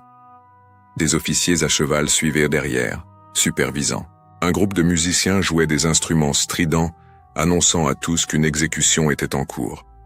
Jean-Gabriel marchait au centre de ce cortège, portant la lourde pancarte au cou, trébuchant sur les pierres du chemin, mais se tenant debout par une force de volonté qui défiait son extrême faiblesse physique. Les rues étaient bondées de spectateurs. Certains regardaient avec une curiosité morbide, d'autres avec une compassion voilée. Quelques chrétiens chinois cachés parmi la foule pleuraient silencieusement, priant pour ce prêtre qui les avait tant aimés. Ils ne pouvaient pas se révéler publiquement sans risquer leur propre vie, mais leur cœur se brisait en voyant le missionnaire être conduit à la mort. Jean-Gabriel parcourut lentement les rues jusqu'à atteindre la place centrale où l'exécution aurait lieu. Au centre de la place se dressait une structure en bois, une croix rudimentaire, sans la barre transversale du crucifix traditionnel, mais suffisamment similaire pour rendre le symbolisme inéluctable. C'est là que le missionnaire chrétien serait attaché, comme le Christ avait été cloué. Lorsqu'ils arrivèrent sur place, les gardes forcèrent Jean-Gabriel à s'agenouiller. Le bourreau, un homme corpulent à l'expression impassible, s'approcha en apportant des cordes supplémentaires. Il commença à attacher le condamné à la croix de bois, avec une efficacité brutale, produit d'une longue pratique de son terrible métier. Les cordes encerclèrent la poitrine, les bras, les jambes, serrées si fermement qu'elles coupèrent la peau et empêchèrent presque complètement la respiration. Durant tout ce processus, Jean-Gabriel priait à voix basse. Ses lèvres bougeaient constamment. Des mots en latin, français et chinois se mélangeaient en une prière continue. Il invoquait des noms sacrés. Il récitait des psaumes. Il offrait sa vie. Les gardes proches percevaient qu'il priait, mais ne pouvaient comprendre complètement ses paroles. Il y avait quelque chose de surnaturel dans cette scène. Un homme sur le point de mourir, priant pour ses bourreaux. Le mandarin responsable de l'exécution, observant depuis un endroit surélevé, donna une dernière opportunité. Par l'intermédiaire de l'interprète, il cria pour que tous entendent. Si cet étranger renonce maintenant à sa fausse religion, il sera épargné. Il y eut un silence d'attente. Toutes les personnes présentes attendirent la réponse. Jean-Gabriel leva la tête, rassemblant ses dernières forces. D'une voix étonnamment claire et ferme, il répondit en chinois pour que tous comprennent « Je suis chrétien, je meurs heureux pour le Christ, je pardonne à tous ». Ces paroles résonnèrent sur la place silencieuse. Certains dans la foule furent visiblement impressionnés. D'autres baissèrent les yeux, incapables d'affronter une telle dignité face à la mort. Le bourreau, recevant le signal du mandarin, s'approcha avec la corde de strangulation. C'était un câble épais et rugueux, conçu pour causer une mort lente et douloureuse. Il la passa autour du cou de Jean-Gabriel, la croisant derrière la croix. Il se prépara à serrer. En ce moment ultime, le temps sembla se suspendre. Jean-Gabriel ferma les yeux. Pas de peur, mais en prière finale. Il offrit son âme à Dieu. Il demanda miséricorde pour la Chine. Il recommanda les chrétiens chinois à la protection divine. Il remit tout entre les mains du Père Céleste. Le bourreau tira la corde avec une force brutale. Le cou de Jean-Gabriel fut comprimé violemment. La respiration fut coupée. Son corps convulsa par réflexe, luttant involontairement pour la survie même quand l'esprit avait déjà accepté la mort. Les minutes passèrent avec une lenteur agonisante. Le visage du missionnaire se congestionna. Les veines saillirent sur ses tempes. Les yeux fermés se serrèrent dans un spasme final. Mais même dans cette horreur extrême, des témoins rapporteraient plus tard quelque chose d'extraordinaire. Le visage de Jean-Gabriel, au milieu de l'agonie de la mort, semblait se transfigurer d'une paix surnaturelle. Certains jurèrent avoir vu une lumière douce émaner de sa personne. D'autres affirmèrent que, au moment exact de sa mort, les cieux sombres s'ouvrirent brièvement, permettant qu'un rayon de soleil illumine la place. Des récits ultérieurs, documentés dans les procès de canonisation, mentionnerait encore des événements plus impressionnants. Un chrétien chinois présent dans la foule témoigna avoir senti un parfum inexplicable remplir l'air, bien que la place locale fût habituellement malodorante. Un autre rapporta que, voyant le missionnaire mourir avec une telle sérénité, il se convertit instantanément au christianisme, reconnaissant que seule la vraie foi pouvait produire un tel courage. Finalement, après des minutes qui parurent des heures, le corps de Jean-Gabriel devint immobile. La vie avait abandonné ce temple terrestre. Son âme, libérée des liens de la chair, s'élevait vers Dieu. Le martyr avait consommé son sacrifice. Le missionnaire avait achevé sa mission. Le saint avait atteint la gloire. Le bourreau lâcha la corde. Le corps inerte resta attaché à la croix, tête tombée sur la poitrine, mains encore liées. Les gardes vérifièrent l'absence de pouls et déclarèrent officiellement la mort. La foule commença à se disperser lentement, certains perturbés par ce qu'ils avaient vu, d'autres indifférents, retournant aux occupations quotidiennes, comme si rien d'extraordinaire n'était arrivé. Mais pour les chrétiens chinois qui avaient été témoins de ce martyr, et pour l'Église universelle qui connaîtrait plus tard cette histoire, quelque chose d'extraordinaire était bien arrivé. Un homme avait donné sa vie pour le Christ de façon si complète que sa mort était devenue semence de foi. Le sang du martyr, comme depuis les temps apostoliques, devenait semence de chrétiens. Le corps de Jean-Gabriel Perboire fut laissé exposé sur la croix pendant quelques heures, selon la coutume de l'époque, servant d'avertissement macabre. Ensuite, il fut retiré sans cérémonie et jeté dans une fosse commune avec d'autres criminels exécutés. Aucun honneur, aucune tombe identifiée, aucun monument ne marqua le lieu de son enterrement initial. Mais Dieu, qui élève les humbles, avait d'autres plans pour ce serviteur fidèle. L'histoire de Jean-Gabriel ne se terminait pas avec sa mort. En vérité, elle commençait à peine à se répandre d'une manière qui transformerait ce missionnaire oublié en saint vénéré universellement. Les années suivant le martyre de Jean-Gabriel Perboire furent difficiles pour les chrétiens chinois. La persécution continua par intermittence. Les missionnaires étaient pourchassés. Les communautés étaient dispersées. La foi devait être vécue dans un secret profond. Mais parmi ceux qui avaient connu le prêtre français, sa mémoire restait vivante comme un phare d'espérance. Les chrétiens qui l'avaient connu racontaient et racontaient encore des histoires sur sa sainteté. Ils parlaient de sa douceur inaltérable, même sous la torture. Ils décrivaient sa paix surnaturelle face à la mort. Ils se souvenaient de petits miracles dont ils avaient été témoins durant son ministère. Des malades qui allaient mieux après sa visite, des conversions inattendues, des consolations spirituelles inexplicables. Ils commencèrent à prier le prêtre martyr, demandant son intercession auprès de Dieu. Au début timidement, puis avec une confiance croissante, et étonnamment, des récits de grâces obtenues grâce à ces prières commencèrent à se multiplier. L'un des premiers cas documentés impliqua un jeune chrétien chinois gravement malade. Il souffrait d'une fièvre persistante qu'aucun traitement ne parvenait à contrôler. Il dépérissait lentement, condamné par les médecins traditionnels. Sa mère, chrétienne dévote qui avait connu Jean-Gabriel personnellement, commença une neuvaine fervente au martyr, demandant la guérison pour son fils. Au 9e jour de la neuvaine, quelque chose d'extraordinaire se produisit. La fièvre qui consumait le jeune homme depuis des semaines disparut soudainement. Il se réveilla en se sentant complètement restauré, avec un appétit retrouvé et des forces renouvelées. Les médecins, appelés pour examiner le cas, restèrent perplexes. Il n'y avait pas d'explication naturelle pour une guérison aussi soudaine et complète. La mère, cependant, savait exactement ce qui s'était passé.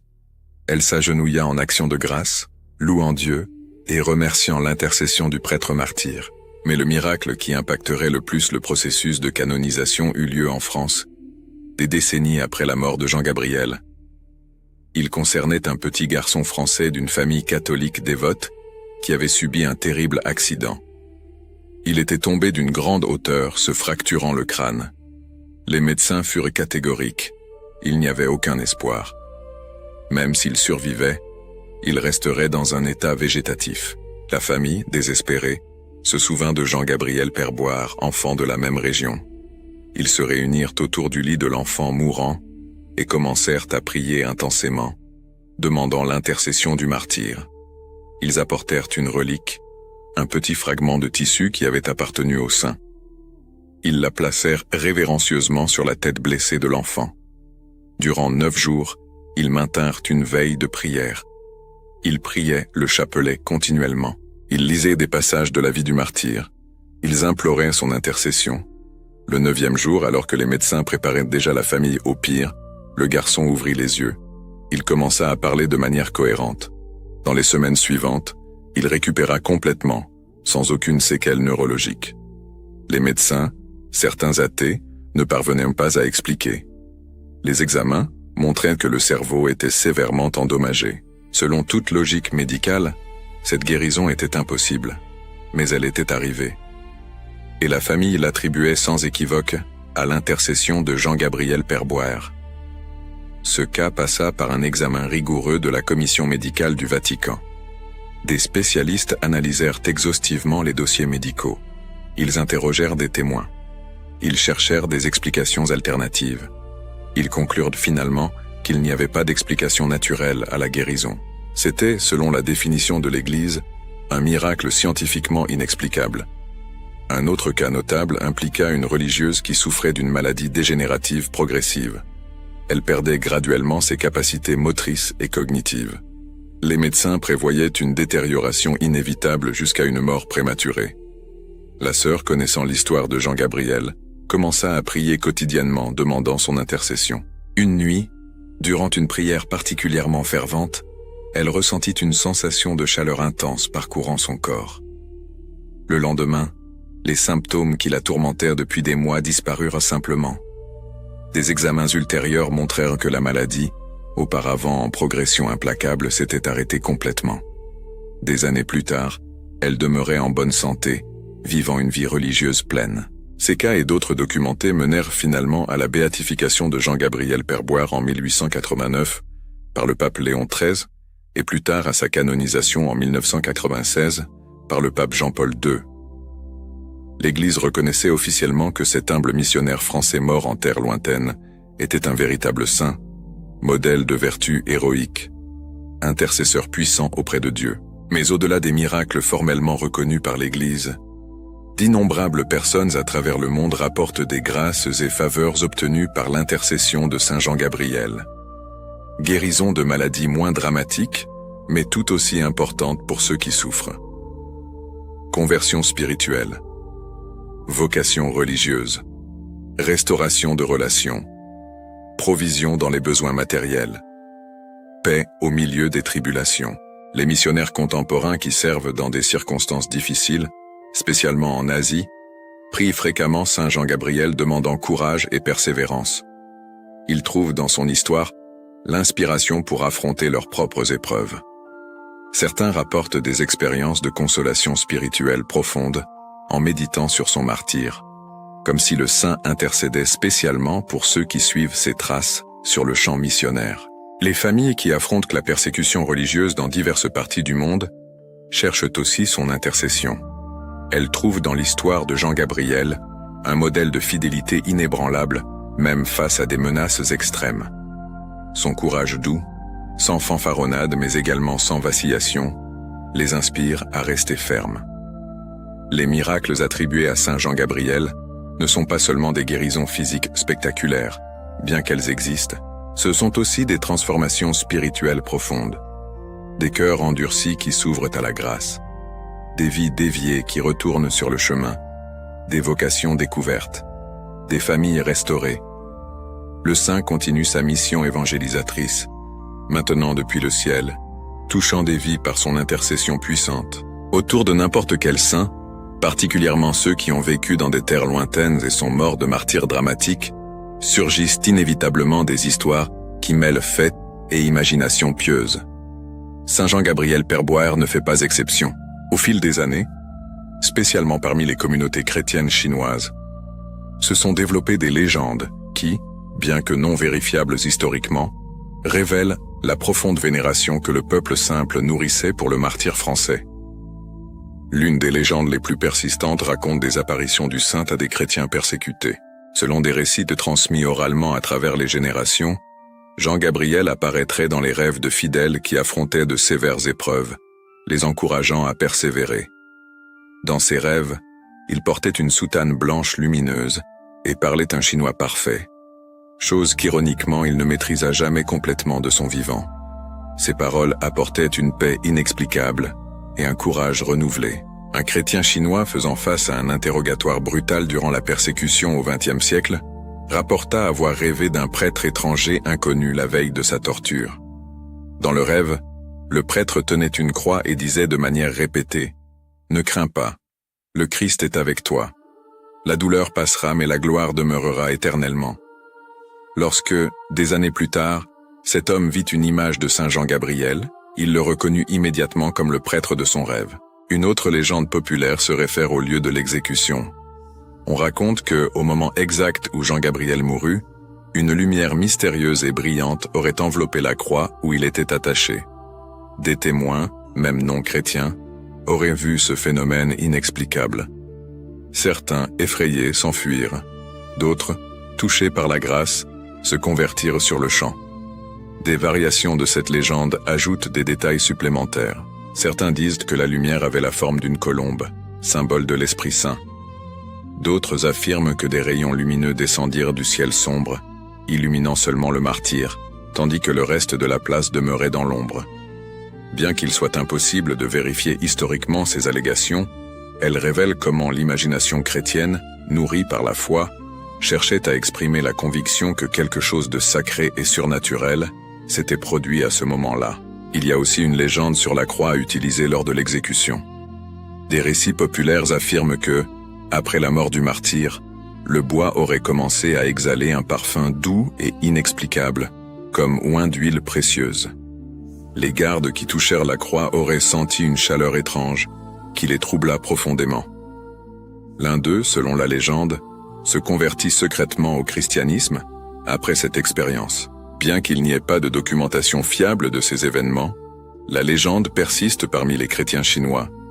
Certains affirment que des fragments de la croix originale furent préservés secrètement et transmis à travers les générations, bien qu'aucun ne puisse être authentifié avec certitude. Ces supposés fragments sont vénérés comme des reliques, indépendamment de leur authenticité historique.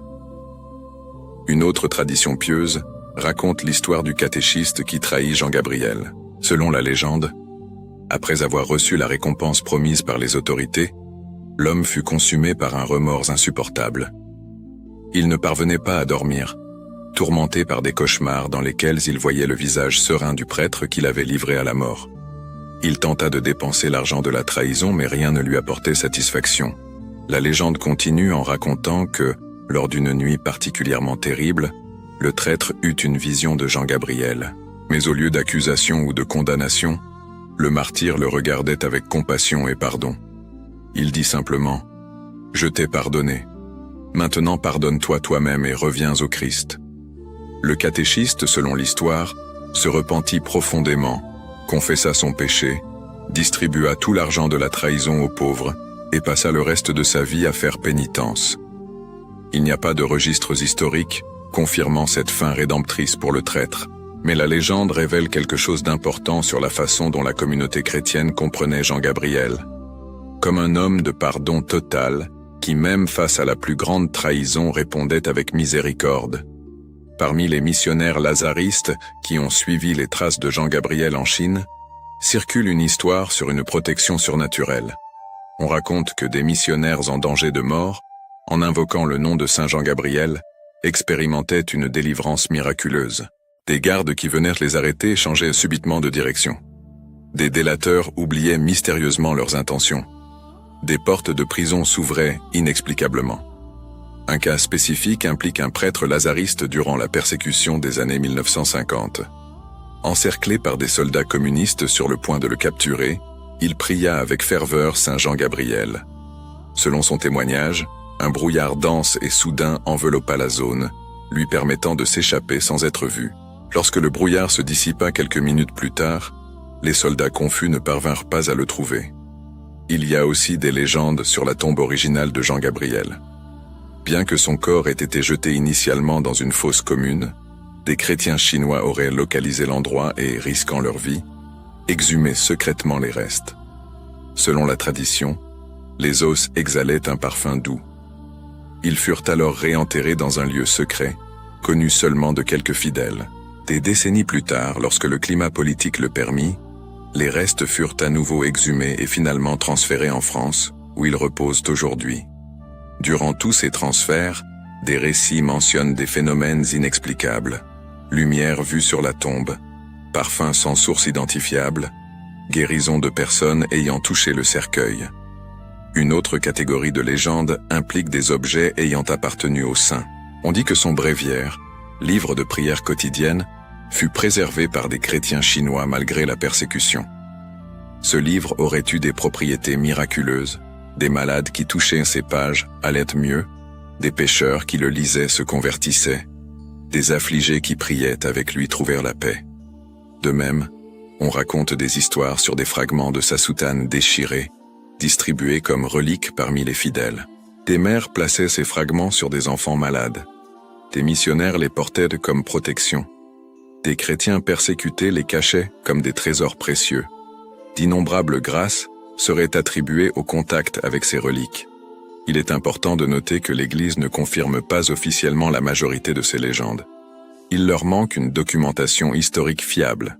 Beaucoup ont probablement surgi de la dévotion populaire authentique, mais dépourvues de rigueur factuelle.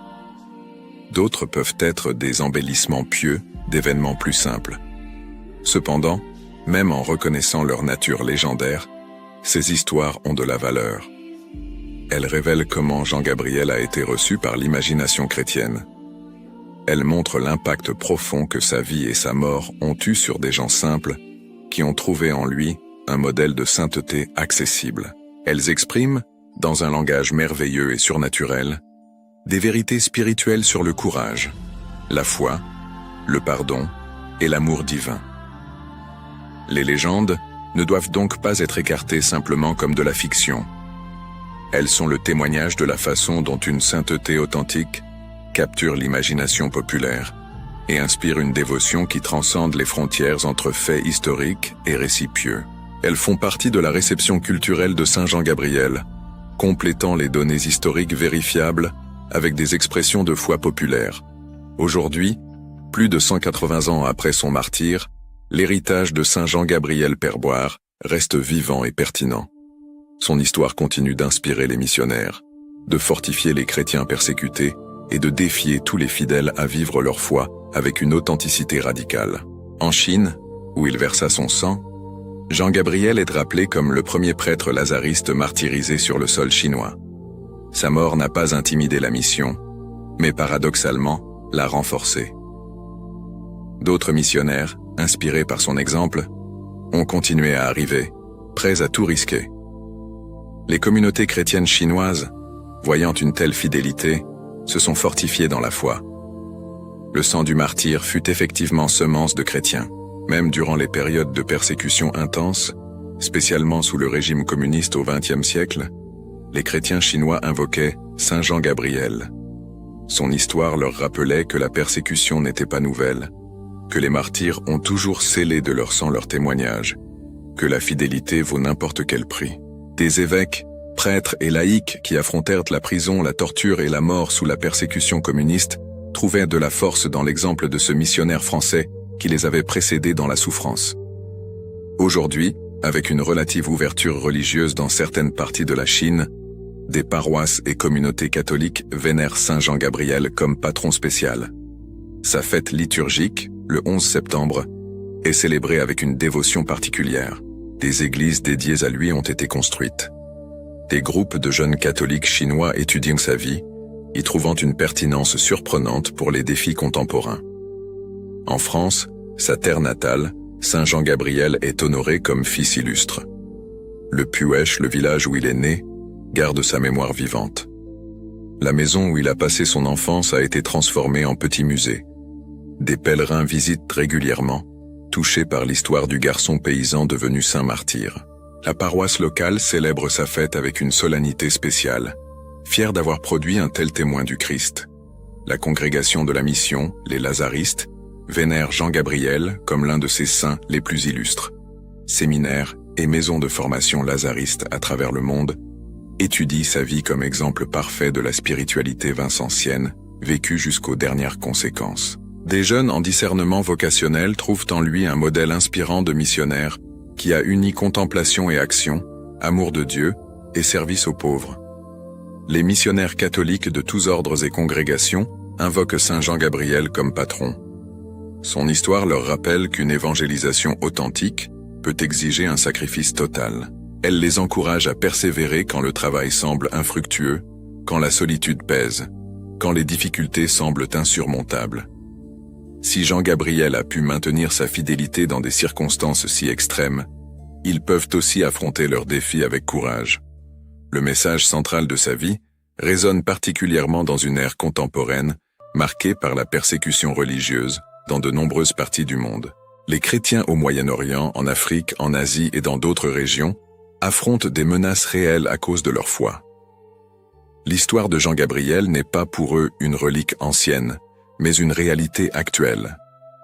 Ils voient en lui un frère qui comprend leurs épreuves, un intercesseur qui peut les aider parce qu'il est passé par une expérience similaire. Mais l'héritage de Saint Jean Gabriel transcende les contextes de persécution explicites. Il parle aussi aux chrétiens dans des sociétés sécularisées, où la foi est marginalisée subtilement. Sa fidélité inébranlable défie la médiocrité spirituelle. Sa disposition à tout sacrifier pour le Christ questionne les engagements superficiels. Sa joie dans la souffrance révèle une dimension de la foi chrétienne souvent oubliée dans un christianisme accommodé. Les écrivains spirituels contemporains citent fréquemment Saint Jean Gabriel pour discuter de thèmes comme le martyre blanc, le sacrifice quotidien de qui vit sa foi authentiquement même sans persécution physique, l'inculturation, comment annoncer l'évangile en respectant les cultures différentes, et la persévérance vocationnelle, rester fidèle à l'appel divin malgré les difficultés. Sa vie offre aussi des leçons sur la formation spirituelle.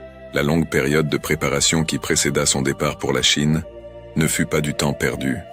Elle fut fondamentale pour développer des racines spirituelles profondes qui le soutiendraient dans l'épreuve. Cela défie la mentalité contemporaine qui cherche souvent des raccourcis, des résultats immédiats, un succès rapide. Jean Gabriel nous rappelle qu'une sainteté authentique requiert patience, discipline, formation prolongée. Sa mansuétude et sa douceur, maintenues même sous la torture, offrent un modèle alternatif de force chrétienne. Dans une culture qui confond souvent force avec agressivité, domination avec pouvoir, Jean Gabriel montre que la vraie force se manifeste dans une douceur inébranlable. Sa résistance pacifique mais ferme est spécialement pertinente pour les chrétiens qui cherchent à témoigner dans des sociétés polarisées, sans tomber dans les extrêmes de l'agressivité ou de la capitulation. Le pardon qu'il offrit à ces tortionnaires et traîtres défie les chrétiens contemporains à prendre au sérieux le commandement de Jésus sur l'amour des ennemis. Dans un monde marqué par des cycles de vengeance et de ressentiment, Saint Jean Gabriel montre qu'un pardon radical est possible, que l'amour des ennemis n'est pas un idéal utopique, mais une réalité atteignable à travers la grâce. Les universités catholiques incluent sa biographie dans les cours sur l'histoire de la mission, la spiritualité et l'hagiographie. Des thèses académiques explorent des aspects de sa vie et de son héritage. Des documentaires ont été produits racontant son histoire. La littérature dévotionnelle continue d'être publiée, rendant son histoire accessible aux nouvelles générations. Des groupes de prière dédiés à Saint Jean Gabriel existent dans divers pays. Ils se réunissent régulièrement pour étudier sa vie, prier en demandant son intercession et s'engager à vivre plus radicalement l'Évangile, inspiré par son exemple. Certains de ces groupes se concentrent spécifiquement sur la prière pour les missionnaires contemporains et pour les chrétiens persécutés. Des reliques de Saint Jean Gabriel sont vénérées dans plusieurs églises à travers le monde. La principale, contenant ses restes mortels, est à la maison mère des Lazaristes, à Paris. Des pèlerins visitent régulièrement, touchant le reliquaire révérencieusement, demandant des grâces, offrant des prières. Beaucoup rapportent des expériences de paix profonde et de renouveau spirituel durant ces visites. Sa canonisation en 1996 par Jean-Paul II a apporté un regain d'intérêt pour son histoire. La cérémonie à Rome a réuni des fidèles de nombreux pays, spécialement de France et de Chine. Ce fut un moment de célébration mais aussi d'engagement. Célébration pour la gloire de Dieu manifestée en son serviteur fidèle, engagement à continuer la mission évangélisatrice pour laquelle Jean Gabriel a donné sa vie. Le pape Jean-Paul II, en le canonisant, a souligné particulièrement sa pertinence pour le nouveau millénaire. Il a parlé du besoin de missionnaires courageux, prêts à aller jusqu'aux confins de la terre. Il a souligné l'importance du dialogue interculturel dans l'évangélisation, chose que Jean Gabriel a pratiquée en apprenant la langue et les coutumes chinoises. Il a souligné la valeur du martyr, non comme une recherche morbide de la souffrance, mais comme une conséquence possible d'une fidélité radicale à l'Évangile.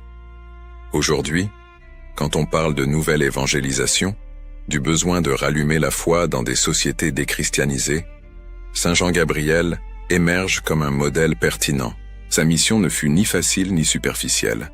Elle exigea une préparation soignée, une adaptation culturelle sensible, de la persévérance face aux difficultés, et finalement le sacrifice suprême.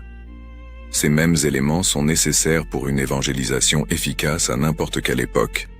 Son héritage défie aussi l'Église contemporaine à valoriser adéquatement ses missionnaires, souvent oubliés, travaillant dans des lieux reculés, affrontant la solitude et les dangers. Ces hommes et femmes continuent d'apporter le Christ aux confins de la terre. L'histoire de Jean Gabriel rappelle que chaque missionnaire est un trésor précieux. Chaque vie dédiée à l'évangélisation mérite le soutien priant et matériel de la communauté ecclésiale. Finalement, l'héritage le plus profond de Saint Jean Gabriel Perboire est peut-être simplement ceci. Il a démontré qu'une sainteté héroïque est possible. Il n'est pas né saint. Il était un enfant ordinaire, un jeune ordinaire, un prêtre comme tant d'autres. Mais à travers une fidélité quotidienne, de petits choix constants pour le bien, une ouverture croissante à la grâce divine, il s'est transformé en un géant spirituel capable d'affronter le martyre avec sérénité. Cela signifie que la sainteté n'est pas réservée à quelques privilégiés, aux tempéraments spéciaux ou aux circonstances extraordinaires. Elle est disponible pour tous ceux qui, comme Jean Gabriel, choisissent quotidiennement de suivre le Christ sans réserve. Son exemple encourage les chrétiens ordinaires à aspirer à la sainteté, ayant confiance que Dieu, qui a transformé un garçon paysan français en martyr glorieux, peut aussi transformer n'importe quel cœur disposé à se livrer complètement à l'amour divin. L'histoire de Saint Jean Gabriel Perboire est le récit d'une transformation par la croix, du garçon calme qui jouait parmi les vignes françaises au martyr serein attaché à une croix chinoise.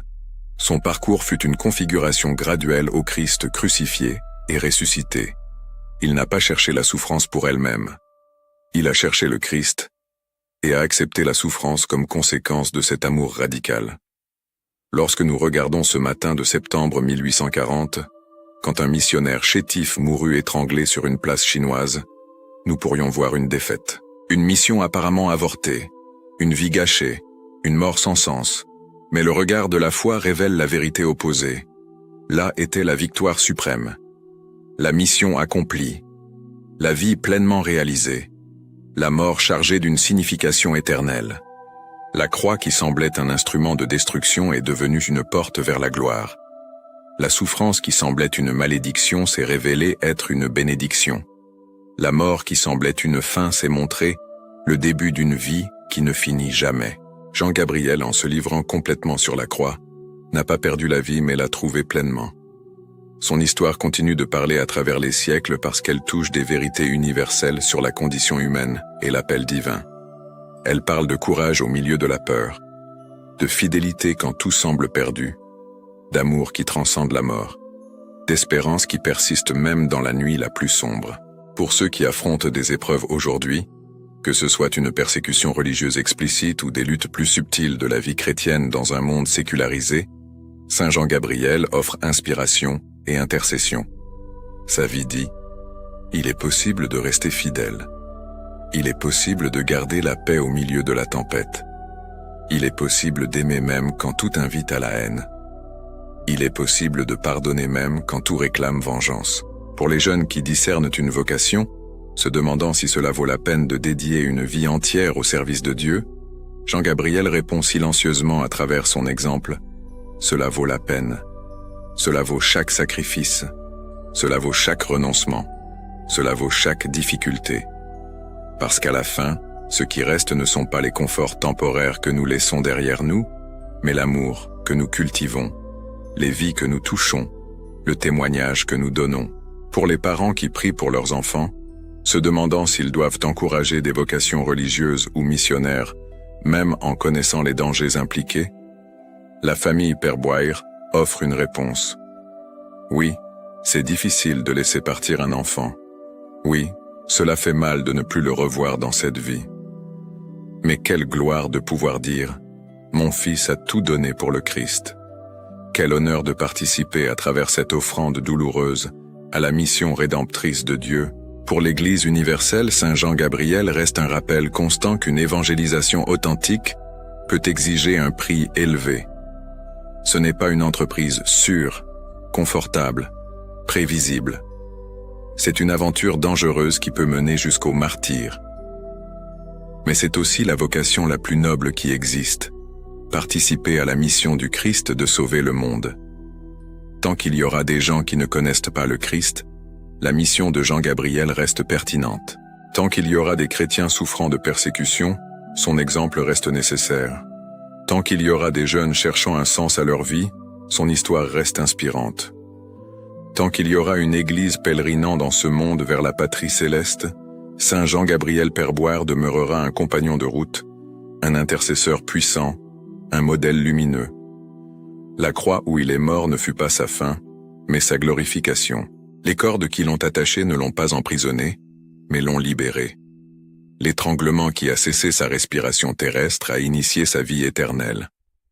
La tombe anonyme où il a été jeté n'a pu contenir la force de son témoignage, qui s'est répandu sur toute la terre et est arrivé jusqu'à nos jours. Saint Jean Gabriel Perboire, garçon paysan devenu saint martyr, missionnaire humble devenu géant spirituel, prêtre oublié devenu intercesseur vénéré universellement, continue sa mission. Du ciel, il intercède pour tous ceux qui invoquent son aide, spécialement pour les missionnaires, pour les persécutés, pour ceux qui souffrent, pour tous ceux qui cherchent à vivre la foi chrétienne authentiquement dans un monde souvent hostile. Sa vie fut une offrande silencieuse qui résonna fort à travers les siècles. Sa mort fut une semence qui germa en d'innombrables conversions et vocations. Son héritage est un trésor de l'Église universelle, un rappel permanent que le véritable amour ne connaît pas de limites, que la fidélité authentique ne vacille pas face aux menaces, que l'espérance chrétienne transcende la mort et atteint l'éternité, que son intercession continue de protéger les missionnaires qui suivent ses traces, que son exemple continue d'inspirer les chrétiens à vivre la foi radicalement, que son courage continue de fortifier les persécutés, que sa paix continue de consoler les affligés, que son histoire continue d'être racontée, génération après génération, jusqu'à ce que le Christ revienne dans la gloire. Prière. Ô glorieux Saint Jean Gabriel Perboire, missionnaire courageux qui a quitté ta terre natale pour porter le Christ aux confins de la terre, toi qui as traversé océans et montagnes pour annoncer l'Évangile au peuple chinois, regarde avec bonté vers nous qui recourons à ta puissante intercession. Toi qui as affronté la persécution avec sérénité, la torture avec mansuétude et le martyre avec une paix inébranlable, enseigne-nous à rester fidèles au Christ dans toutes les circonstances de notre vie. Obtiens-nous la grâce d'aimer nos ennemis comme tu as aimé les tiens, de pardonner à ceux qui nous blessent comme tu as pardonné à tes traîtres et bourreaux, et de trouver la joie à servir les plus pauvres et abandonnés. Saint Jean Gabriel, toi qui es mort attaché à la croix par amour pour Jésus, aide-nous à porter nos croix quotidiennes avec courage et espérance. Intercède pour tous les missionnaires qui encore aujourd'hui risquent leur vie pour évangéliser, pour tous les chrétiens qui souffrent de persécution à cause de la foi, et pour nous tous qui luttons pour vivre l'Évangile au milieu des difficultés du monde moderne. Présente au Père Céleste les supplications que nous déposons dans ton cœur, spécialement cette grâce que nous te demandons maintenant avec confiance. Que ton exemple de fidélité héroïque nous inspire à chercher la sainteté dans notre vie quotidienne, et que ton intercession puissante nous obtienne les grâces dont nous avons besoin. Amen. Ma prière. Père bien-aimé, avec un cœur humble et reconnaissant, nous nous plaçons en ta présence pour te remercier de l'appel à être des semeurs de ta parole à travers les vies de tes saints. Nous te remercions pour cette chaîne, que tu as permis de devenir un pont de foi, connectant les cœurs à ton infinie miséricorde dans un monde qui cherche tant un refuge. Que chaque biographie sacrée que nous partageons soit un baume pour les âmes fatiguées et un miroir des vertus qui nous rapprochent de toi. Que le témoignage de tes serviteurs et servantes inspire chaque auditeur à chercher une vie de plus grande sainteté, courage et amour du prochain. Nous reconnaissons que nous ne faisons rien par nous-mêmes. Tu es la source de toute inspiration et la force derrière chaque mot. Nous te remercions de nous utiliser comme tes simples instruments pour raconter les merveilles que tu as opérées dans la vie de ceux qui t'ont aimé par-dessus tout. Que cette œuvre continue de fortifier la communion entre nous, transformant cet espace numérique en une véritable famille spirituelle, unie par le même amour du Christ et par le désir de suivre ses traces. Nous te consacrons, Seigneur, nos voix, nos esprits et nos cœurs. Que tout ce que nous ferons ici serve à ta plus grande honneur et gloire, et au salut des âmes. Que ta bénédiction descende sur tous ceux qui accompagnent et soutiennent ce travail, aujourd'hui et toujours. Au nom de Jésus-Christ, ton Fils et notre Seigneur. Amen. L'histoire de Saint Jean-Gabriel Perbouer nous transporte au-delà des frontières du possible. Lorsque nous regardons ce garçon calme qui jouait parmi les vignes du Puech, jamais nous n'aurions imaginé qu'il finirait ses jours attaché à une croix à l'autre bout du monde, mourant pour une foi qu'il refusa de renier. Mais c'est justement dans cette transformation extraordinaire que réside le message le plus puissant de sa vie. La sainteté n'est pas le privilège de quelques élus, mais un chemin ouvert à tous ceux qui choisissent de se livrer complètement à Dieu. Jean-Gabriel n'est pas né héros. Il était un enfant ordinaire, un jeune ordinaire, un prêtre comme tant d'autres. Ce qui l'a différencié ne furent pas des talents exceptionnels ou des circonstances privilégiées, mais une série de petits choix quotidiens.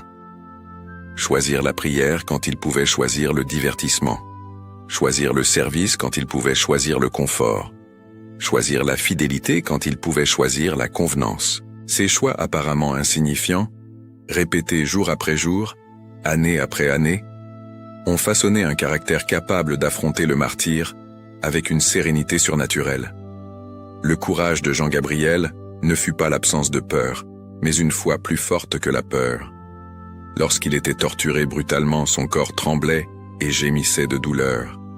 Il était humain dans sa fragilité, mais même dans l'agonie extrême, il gardait le regard fixé sur le Christ. Il savait que les souffrances du temps présent ne sont pas comparables à la gloire qui serait révélée. Cette certitude de l'espérance chrétienne l'a soutenu quand tout le reste s'effondrait autour de lui. Son pardon radical envers les tortionnaires et le traître qu'il a livré défie notre compréhension naturelle. Comment est-il possible de pardonner à qui nous arrache tout, à qui nous cause une douleur indescriptible, à qui nous condamne à la mort? Jean-Gabriel nous montre que ce pardon impossible devient possible lorsque nous permettons à l'amour du Christ de couler à travers nous. Nous ne pardonnons pas avec nos propres forces, mais avec la grâce divine qui nous rend capables d'aimer comme Jésus a aimé. La mission de Jean-Gabriel en Chine nous enseigne sur l'évangélisation authentique. Il n'a pas imposé une culture étrangère, mais a incarné l'évangile dans la culture chinoise. Il a appris la langue, a adopté les coutumes, s'est fait chinois avec les Chinois. Il a reconnu que l'évangile transcende les cultures et peut être vécu authentiquement dans n'importe quel contexte. Son humilité d'apprendre et de s'adapter, au lieu de simplement enseigner et exiger la conformité, a rendu son message crédible. Aujourd'hui, alors que tant de chrétiens à travers le monde affrontent la persécution à cause de la foi, l'histoire de Jean-Gabriel résonne avec une urgence particulière. Ce n'est pas un récit ancien et sans pertinence, mais un témoignage vivant qui continue d'inspirer les martyrs contemporains. Les chrétiens au Moyen-Orient, en Afrique, en Asie, qui risquent tout pour rester fidèles au Christ, trouvent en Jean-Gabriel un frère qui comprend leurs épreuves, un intercesseur qui peut les aider parce qu'il a parcouru le même chemin. Mais son message parle aussi aux chrétiens dans des sociétés apparemment sûres. Nous vivons des temps de sécularisation croissante, où professer une foi chrétienne authentique résulte souvent en une marginalisation sociale, une ridiculisation culturelle ou une discrimination subtile. Jean-Gabriel nous défie de demander « Sommes-nous prêts à payer le prix de suivre le Christ radicalement ? Ou préférons-nous un christianisme dilué, confortable, qui ne dérange personne, ni ne transforme rien ?» La vie de prière intense que Jean-Gabriel a maintenue même au milieu d'un agenda missionnaire épuisant, révèle le secret de sa force spirituelle. Ce ne fut pas un activisme frénétique qui le soutint, mais une contemplation profonde. Il se levait au milieu de la nuit pour prier. Il jeûnait régulièrement. Il cherchait constamment une union plus intime avec Dieu. Il savait que sans racines profondes en Christ, il ne pourrait supporter les tempêtes qui viendraient. Cela défie notre culture de productivité obsessive, qui sacrifie souvent la prière au nom de l'efficacité. Les miracles attribués à son intercession après la mort démontrent qu'une sainteté authentique ne termine pas avec la mort physique. Jean Gabriel continue sa mission du ciel, touchant des vies, transformant des cœurs, répondant aux prières. Chaque guérison, chaque conversion, chaque grâce obtenue par son intercession est la continuation du travail qui a commencé dans les montagnes de Chine. L'héritage le plus profond de Saint Jean Gabriel Perbois est peut-être celui-ci. Il a démontré que le véritable amour ne connaît pas de limites. Il a aimé ses paroissiens chinois suffisamment pour tout quitter et voyager des mois pour les servir. Il a aimé le Christ suffisamment pour accepter le martyre au lieu de renier la foi. Il a aimé même ses bourreaux, leur pardonnant et priant pour eux. Cet amour radical, que notre culture individualiste comprend à peine, est l'essence du christianisme authentique. Son histoire nous invite à examiner nos propres vies. Où sommes-nous appelés à aimer plus radicalement? Quelle croix sommes-nous invités à porter? Quel sacrifice Dieu nous demande-t-il? Qui avons-nous besoin de pardonner? Quelle mission nous attend? Peut-être pas dans des terres lointaines, mais bien ici où nous sommes. Si cette histoire a touché votre cœur, si la vie extraordinaire de Saint Jean Gabriel Perbois vous a inspiré ou défié, ne gardez pas cela pour vous. Abonnez-vous à la chaîne Histoire Sacrée, la vie des saints, pour continuer à connaître des témoins lumineux de la foi chrétienne qui ont traversé les siècles. Laissez votre like pour que plus de personnes puissent découvrir ces histoires transformatrices. Partagez cette vidéo avec votre famille et vos amis qui ont besoin de connaître des exemples de sainteté authentique. Chaque partage est une graine plantée qui peut germer dans des cœurs assoiffés d'espérance. Et maintenant, une question pour la réflexion et le dialogue. Si vous étiez dans la situation de Saint Jean Gabriel Perbois, attaché à cette croix, face au choix entre renier la foi et vivre, ou rester fidèle et mourir, que choisiriez-vous?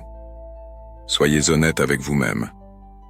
Et plus important, que pouvez-vous faire aujourd'hui pour fortifier votre foi, de sorte que, si ce moment arrivait, vous ayez le courage de choisir le Christ? Partagez vos pensées dans les commentaires. Construisons une communauté de foi qui s'encourage mutuellement à vivre l'Évangile radicalement. Ne partez pas encore.